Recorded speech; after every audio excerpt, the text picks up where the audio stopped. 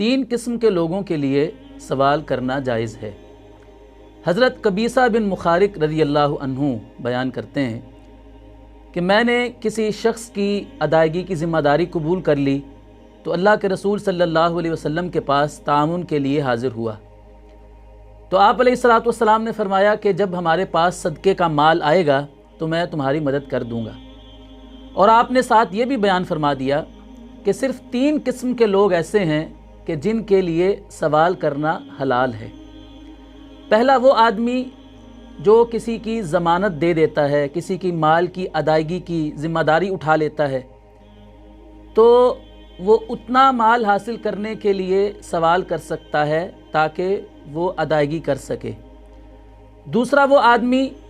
جس پر کوئی مصیبت، کوئی آفت آ پڑے اور اس کا سارا مال تلف ہو جائے۔ اور تیسرا وہ آدمی کہ جو اتنا غریب ہو جائے کہ نوبت فاقوں تک آ پڑے اور معاشرے میں سے تین لوگ اس کے بارے میں گواہی دیں کہ یہ شخص فاقہ زدہ ہے، تو اس کے لیے سوال کرنا حلال ہے یہاں تک کہ اس کی گزران درست ہو سکے۔ آپ نے فرمایا کہ یہ تین وہ لوگ ہیں کہ جن کے لیے سوال کرنا حلال ہے، اس کے علاوہ کسی شخص کے لیے سوال کرنا جائز نہیں ہے۔ ان تین لوگوں کے علاوہ جو شخص بھی سوال کرتا ہے وہ حرام کرتا ہے اور حرام کھاتا ہے۔ غور کیجئے کہ اللہ کے رسول صلی اللہ علیہ وسلم نے اس حدیث مبارکہ میں جن تین لوگوں کو سوال کرنے کی، مانگنے کی اجازت دی ہے، ان میں سے پہلا شخص تو غنی ہے، مالدار شخص ہے،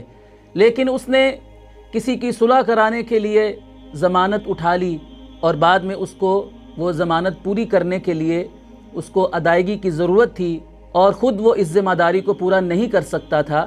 تو دوسروں سے وہ سوال کر سکتا ہے کہ لوگ اس کے ساتھ تعاون کریں، اس کے لیے سوال کرنا جائز ہے۔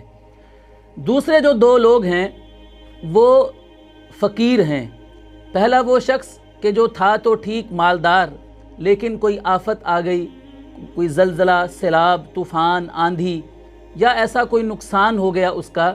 کہ اس کا سارا مال ختم ہو گیا، تو اب اس کے لیے اتنا سوال کرنا جائز ہے تاکہ وہ اس کی گزران درست ہو سکے۔ اور تیسرا وہ شخص کہ جس کا نقصان ہو گیا، مال چوری ہو گیا، ڈاکہ ڈل گیا، یا مال کے اندر کوئی کاروبار میں نقصان ہو گیا اور اس کا سارا مال ختم ہو گیا، تو اب وہ سوال کر سکتا ہے، لیکن اس کے لیے آپ علیہ السلام نے شرط یہ لگا دی کہ تین افراد مسلمانوں کے اس کے بارے میں گواہی دیں کہ یہ شخص فاقہ زدہ ہے، تو تب وہ سوال کر سکتا ہے۔ تو غور فرمائیے کہ اسلام میں سوال کرنے کو، مانگنے کو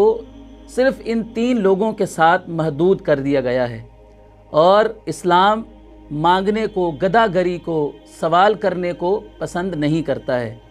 رسول اللہ صلی اللہ علیہ وسلم نے ایک دوسری حدیث میں ارشاد فرمایا کہ یہ مانگنا اور سوال کرنا یہ ایک زخم ہے جس کے ذریعے سے انسان اپنے چہرے کو زخمی کرتا ہے۔ تو حوصلہ افزائی نہیں کرنی چاہیے ایسے لوگوں کی کہ جو لوگ مانگنے کو اپنا پیشہ بنا لیتے ہیں۔ تعاون ضرور کرنا چاہیے ضرورت مندوں کا، فقیروں کا، مسکینوں کا، لیکن جو لوگ پیشہ ور بھکاری ہوتے ہیں ان کی ہمیشہ حوصلہ شکنی کرنی چاہیے۔